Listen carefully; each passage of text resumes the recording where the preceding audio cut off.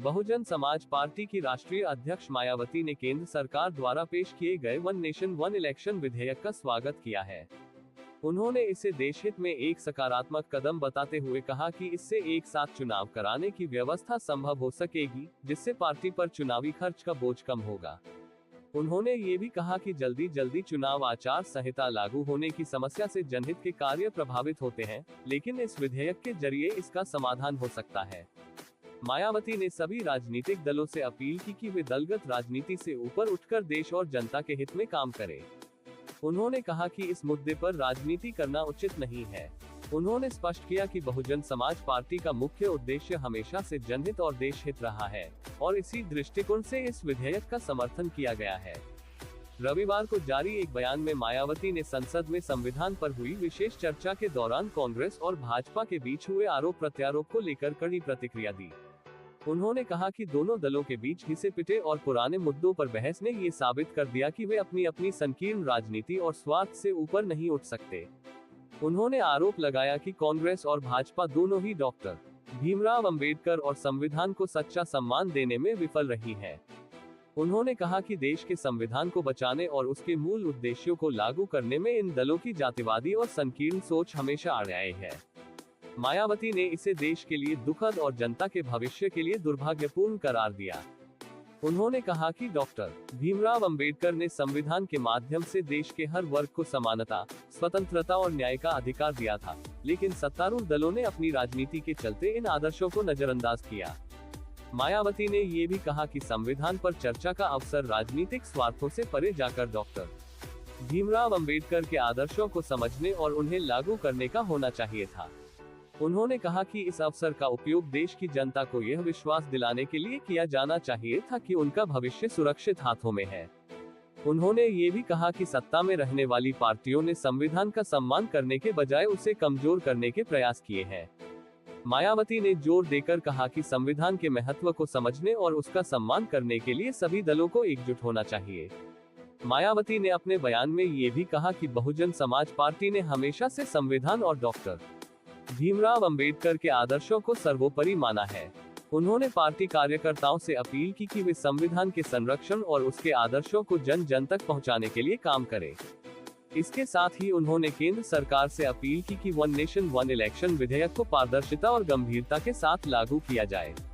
उन्होंने कहा कि यह कदम न केवल चुनावी खर्च को कम करेगा बल्कि देश के संसाधनों का भी सही उपयोग सुनिश्चित करेगा। अंत में मायावती ने ये भी कहा कि देश की जनता को ये सुनिश्चित करना चाहिए कि उनके प्रतिनिधि संविधान और डॉक्टर भीमराव अंबेडकर के आदर्शों को लेकर प्रतिबद्ध हैं। उन्होंने कहा कि जनता को ऐसे नेताओं का चयन करना चाहिए जो जातिवादी और स्वार्थी राजनीति से ऊपर उठकर देश हित में काम करे। 24 घंटे के वही घिसे पिटे पुराने आलाप, आरोप प्रत्यारोप तथा हमसे ज्यादा तुम दोषी जैसी संकीर्ण राजनीति का स्वार्थ ज्यादा हावी नजर आता है, जिससे मामला फिर से कुल मिलाकर वही ढाक के 3 पात वाली कहावत बनकर रह जाएगा। ये स्थिति देश के लिए अति दुखद व लोगों के भविष्य के लिए भी अति दुर्भाग्यपूर्ण है। इसके साथ ही संसद में हो रही इस चर्चा में सत्ता व विपक्ष को सुनकर ऐसा लगता है कि इन्होंने अपने अपने राजनीतिक स्वार्थ में अब संविधान का ही काफी हद तक राजनीतिकरण कर दिया है और इस मौके पर भी कोई अपने स्वार्थ में संविधान की प्रति को माथे पर लगा रहा है तथा कोई इसे अपने हाथ में लेकर इसको दिखाने में लगा है। और अब तो इसकी आड़ में देश व जनहित के जरूरी मुद्दे भी दरकिनार कर दिए जा रहे हैं, जबकि भारतीय संविधान के मूल निर्माता परम पूज्य बाबा साहब डॉक्टर भीमराव अंबेडकर तो अपने देश में पहली बनी कांग्रेसी सरकार में ये भाप गए थे कि केंद्र व राज्यों में सत्ता जातिवादी व संकीर्ण मानसिकता रखने वाले लोगों के हाथों में रहते हुए यहाँ सदियों से उपेक्षित रहे खासकर SC, ST व OBC वर्गों के लोगों को जिंदगी के हर पहलू में आगे बढ़ने के लिए जो भी इन्हें संविधान में कानूनी अधिकार मिले हैं तो उनका भी सही से पूरा लाभ नहीं मिल पाएगा। और ये सब बाबा साहब ने केंद्र में पहले बने कानूनी मंत्री पद पर रहते हुए खुद होते हुए भी देखा है, जिससे दुखी व चिंतित होकर फिर इन्होंने यानी कि बाबा साहब डॉक्टर भीमराव अंबेडकर ने उस समय के प्रधानमंत्री पंडित जवाहरलाल नेहरू को अपने इस पद से इस्तीफा भी दे दिया था। बाबा साहब ने कानूनी मंत्री पद से उनको इस्तीफा दे दिया था। हालांकि उस समय की कांग्रेसी सरकार ने बाबा साहब के इस्तीफा देने के कारणों के बारे में इनको संसद में बोलने तक भी नहीं दिया था। तब फिर इनको मजबूरी में इस संदर्भ में अपनी बात मीडिया में ही रखनी पड़ी थी, जिससे उस समय संविधान व इन वर्गों के प्रति भी कांग्रेस का असली चेहरा खुलकर सामने आ गया था। लगभग यही स्थिति संसद में मेरे साथ भी गुजरी है, जब मुझे अपने लोगों के उत्पीड़न के विरुद्ध राज्यसभा में बोलने नहीं दिया था और तब फिर मजबूरी में मुझे उस समय राज्यसभा से इस्तीफा भी देना पड़ गया था। इसके साथ ही बाबा साहब के देहांत होने के बाद भी केंद्र में काफी वर्षों तक रही इसी कांग्रेस पार्टी की सरकार ने इनके आदर सम्मान में पात्र रहे भारत रत्न की उपाधि से भी सम्मानित नहीं किया था, जिससे फिर इस पार्टी के सत्ता में हटने के बाद बीएसपी के अथक प्रयासों से ही श्री बीपी सिंह की सरकार में इनको ये सम्मान दिया गया था। उसी समय वर्षों से लटकी पड़ी ओबीसी वर्गों की मंडल कमीशन की रिपोर्ट को भी लागू कर दिया गया था, जिसे कांग्रेस पार्टी ने लागू नहीं किया था। इसको लटका के रखा था, जबरन लटका के रखा था, क्योंकि इनकी मानसिकता सही नहीं थी कांग्रेस की। ये लोग नहीं चाहते थे कि पिछड़े वर्ग के लोगों को भी आरक्षण का पूरा लाभ मिले। इतना ही नहीं बल्कि बाबा साहब की मूवमेंट को आगे बढ़ाने वाले बीएसपी के जन्मदाता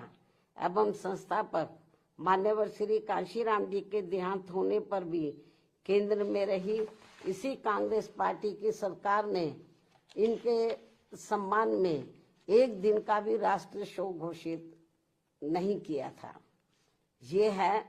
भारतीय संविधान के प्रति व इन वर्गों के प्रति भी कांग्रेस पार्टी का असली चाल चरित्र व चेहरा, जो अब ये पार्टी इन वर्गों के वोटों की खातिर इन्हें गुमराह करने में कोई कसर नहीं छोड़ रही है। और अब इस पार्टी के ही नक्शे कदम पर बीजेपी व अन्य विरोधी पार्टियां भी चल रही हैं, जो किसी से छिपा नहीं है। इतना ही नहीं बल्कि बाबा साहब ने अपने कानून मंत्री पद से इस्तीफा देने के बाद उस समय अपने इन वर्गों के लोगों को ये भी कहा था, यदि इन वर्गों के लोगों को वास्तव में संविधान का सही से पूरा लाभ लेना है तो फिर इन्हें केंद्र व राज्यों की भी राजनीतिक सत्ता की मास्टर चाबी खुद अपने हाथों में ही लेनी होगी, क्योंकि इनको संविधान का सही से पूरा लाभ लेने के लिए अब पंडित नेहरू के परिवार से व अन्य सभी जातिवादी व संकीर्ण मानसिकता रखने वाली पार्टियों से भी अब कोई ज्यादा उम्मीद नहीं रखनी चाहिए, जो ये सब हमें काफी कुछ देखने के लिए मिल रहा है। ऐसे में अब हमारी पार्टी इन वर्गों के लोगों को सावधानी के तौर पर ये भी कहना चाहती है कि इस बार संसद में संविधान पर हुई चर्चा के दौरान जो अभी चल भी रही है, सत्ता व विपक्ष की तरफ से भी इन वर्गों के वोटों को लुभाने के लिए खासकर कांग्रेस व समाजवादी पार्टी ने देश के एससी, एसटी व ओबीसी वर्गों के आरक्षण को लेकर काफी कुछ हवाई बातें कही हैं, जिसमें रत्ती भर भी सच्चाई नहीं है। और यदि इस मुद्दे पर ये दोनों पार्टियां अर्थात कांग्रेस व समाजवादी पार्टी यानी कि ये दोनों पार्टियां संसद में चुप्पी रहती तो ज्यादा उचित होता। इस मामले में इनकी पोल तो नहीं खुलती, या मुझे पोल खोलने के लिए मजबूर नहीं होना पड़ता, क्योंकि केंद्र में रही कांग्रेस पार्टी की सरकार के समय में व इसी पार्टी की मिली भगत से समाजवादी पार्टी ने SC/ST वर्गों का पदोन्नति में आरक्षण संबंधी संवैधानिक संशोधन विधेयक का काफी डटकर विरोध किया था तथा इस बिल को समाजवादी पार्टी ने संसद में ही फाड़कर इसको फेंक दिया था, जिस बिल को लाने के लिए हमारी पार्टी को काफी कड़ा संघर्ष भी करना पड़ा था, जो ये बिल अभी तक भी संसद में लटका पड़ा है। इससे बीजेपी की भी आरक्षण विरोधी मानसिकता साफ झलकती है, जो इसे पास कराने के कतई भी मूड में नहीं है। और अब तो कांग्रेस पार्टी के राहुल गांधी ने इन वर्गों के पूरे आरक्षण को ही सही वक्त आने पर खत्म करने का भी ऐलान कर दिया है, जबकि इस मामले में बीजेपी व अन्य विरोधी पार्टियां भी कोई कम नहीं है। और अभी भी हमें सत्ता व विपक्ष द्वारा आरक्षण को निष्प्रभावी बनाने व इसे खत्म करने के लिए इन सब की सोच लगभग एक जैसी ही देखने को मिलती है। इतना ही नहीं, बल्कि अब तो ये पार्टियां अंदर अंदर आपस में मिलकर कोर्ट की आड़ में भी इनके आरक्षण को निष्प्रभावी बनाने में वे आगे चलकर इसे पूरे तौर से खत्म करने की भी पूरी कोशिश में लगी हुई है, जिनसे इन वर्गों के लोगों को हमेशा सावधान रहना है, क्योंकि इसके अनेकों उदाहरण इन वर्गों के सामने हैं। इसके साथ साथ देश में सर्व समाज में से गरीब, असहाय व बेरोजगार लोगों को भी रोटी रोजी के साधन ना के बराबर ही मिल रहे हैं। आए दिन यहाँ गरीबी, बेरोजगारी व महंगाई आदि भी काफी ज्यादा बढ़ रही है। पिछले काफी वर्षों से देश की अर्थव्यवस्था भी कोई खास अच्छी नहीं चल रही है। ऐसे में अब वर्तमान भाजपा सरकार द्वारा भी जो किस्म किस्म के संकल्प लिए जा रहे हैं, कल भी उन्होंने अपने कुछ संकल्प दोहराए हैं, तो उनसे अब देश की जनता को कोई विशेष लाभ होने वाला नहीं है। इसके साथ ही अब मैं देश के संविधान में सत्ता व विपक्ष द्वारा अब तक किए गए असंख्य संशोधनों के संदर्भ में भी ये कहना चाहूंगी कि यदि सरकार द्वारा संविधान में संशोधन अपनी पार्टी, यानी कि जो उनकी पार्टी जो भी सरकार संशोधन लाती है, यदि सरकार द्वारा संविधान में संशोधन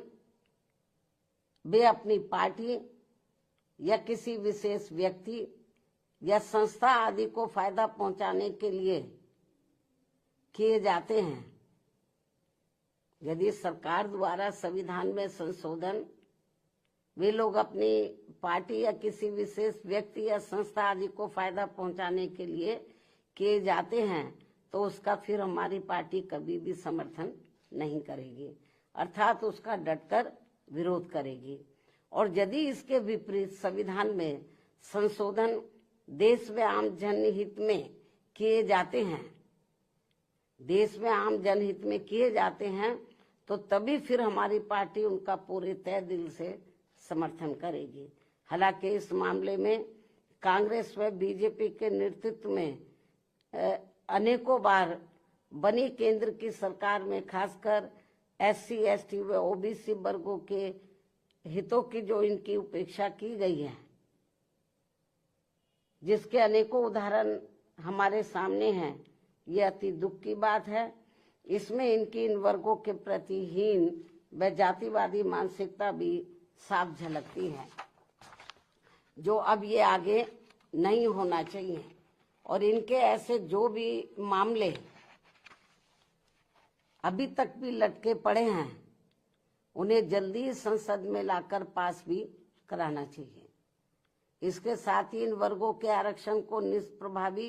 बनाने के लिए जो आए दिन आरक्षण के साथ छेड़छाड़ की जा रही है, तो उन पर भी रोक लगाने के लिए इसे संविधान की 9वीं अनुसूची में जरूर डालना चाहिए। संक्षेप में अब हमारी पार्टी का यही कहना है कि हर वर्ष संसद में संविधान पर चर्चा कराने के साथ साथ ये भी उचित होगा कि सत्ता व विपक्ष को देश व आम जनहित में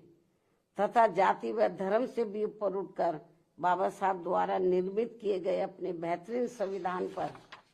अपने देश के बेहतरीन संविधान पर अपनी पूरी ईमानदारी व निष्ठा से अमल करना चाहिए तथा इसकी आड़ में इन्हें अपनी राजनीतिक रोटी नहीं सेकनी चाहिए। इस खास सलाह के साथ ही अब मैं अपनी बात यहीं समाप्त करूं, लेकिन इससे पहले हमारी पार्टी एक देश एक चुनाव को लेकर वर्तमान भाजपा सरकार द्वारा 1-2 दिनों में लाए जाने वाले इस विधेयक का भी स्वागत करेगी। वैसे भी हमारी पार्टी गरीब व मजलूमों की ही पार्टी है और हमारी इस पार्टी के संगठन व चुनाव आदि भी इन्हीं के ही बलबूते पर चलाए जाते हैं व लड़े जाते हैं। जो गरीब मजलूम लोग हैं तो उन्हीं की आर्थिक मदद से, उनके तन मन धन से, उनकी मदद से ही पार्टी का संगठन चलाया जाता है, चुनाव आदि भी लड़ाए जाते हैं। क्योंकि हमारी पार्टी इसके लिए कांग्रेस, बीजेपी व अन्य दलों की तरह यहाँ बड़े बड़े पूंजीपतियों व धन्ना सेठों आदि से कोई भी आर्थिक मदद नहीं लेती है। ऐसे में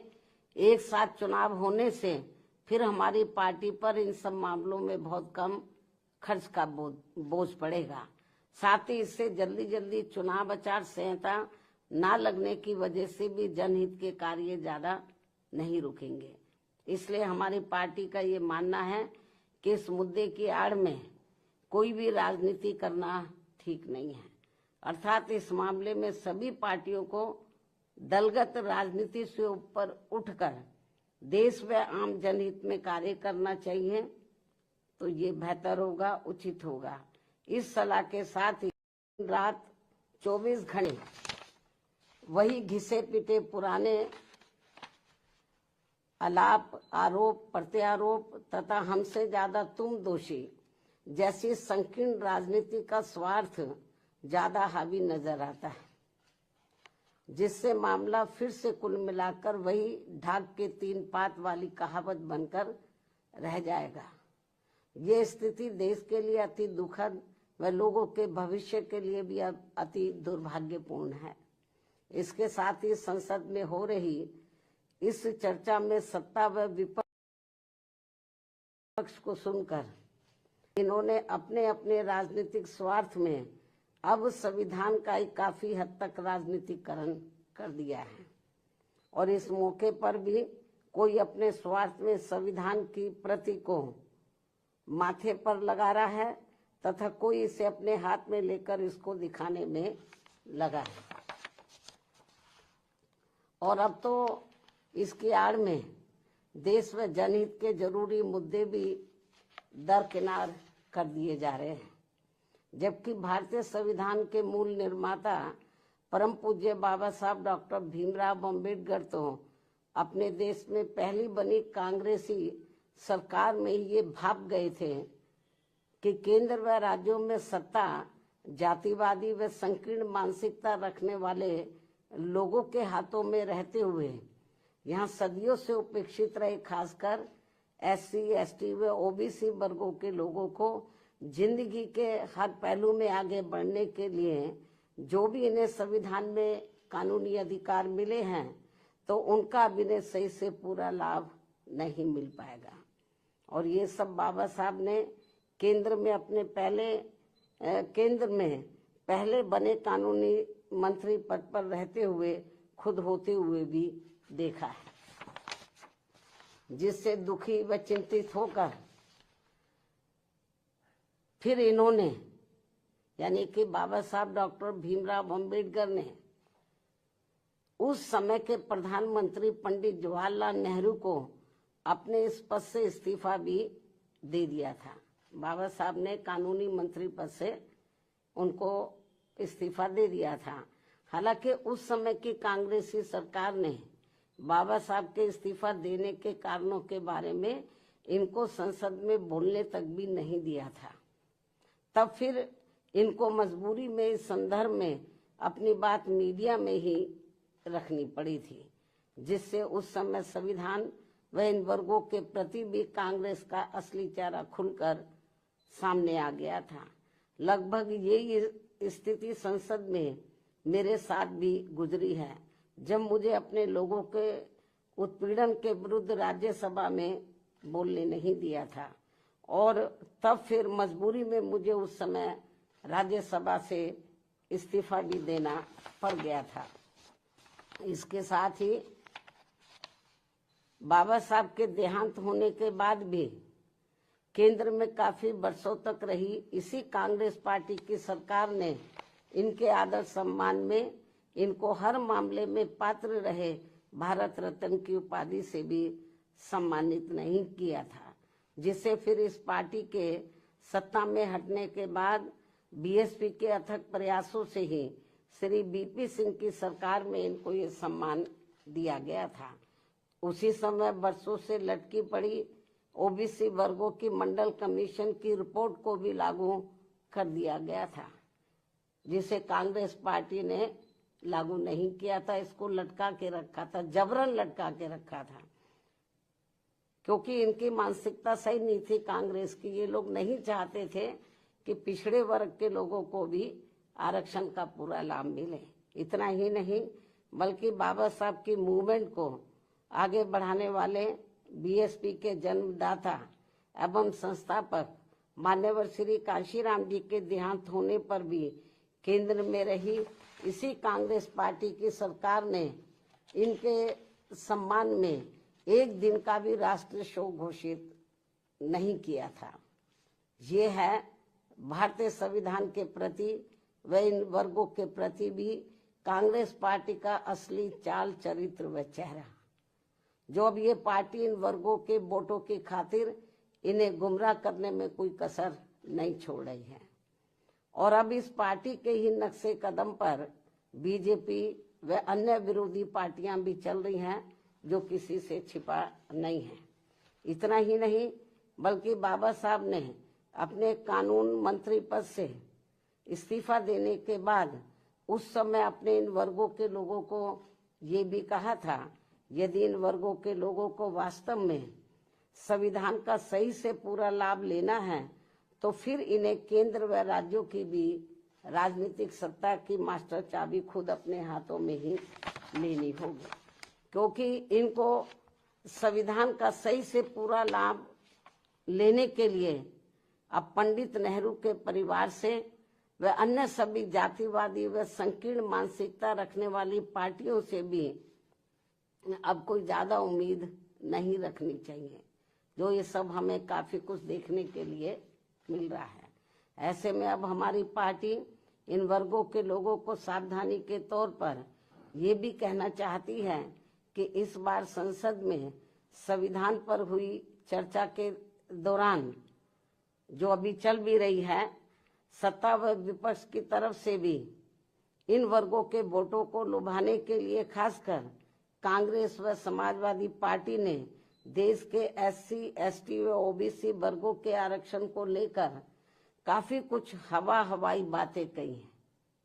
जिसमें रत्ती भर भी सच्चाई नहीं है। और यदि इस मुद्दे पर ये दोनों पार्टियां अर्थात कांग्रेस व समाजवादी पार्टी, यानी कि ये दोनों पार्टियां संसद में चुप्पी रहती तो ज्यादा उचित होता। इस मामले में इनकी पोल तो नहीं खुलती, या मुझे पोल खोलने के लिए मजबूर नहीं होना पड़ता, क्योंकि केंद्र में रही कांग्रेस पार्टी की सरकार के समय में व इसी पार्टी की मिली भगत से समाजवादी पार्टी ने एससी, एसटी वर्गों का पदोन्नति में आरक्षण संबंधी संवैधानिक संशोधन विधेयक का काफी डटकर विरोध किया था, तथा इस बिल को समाजवादी पार्टी ने संसद में ही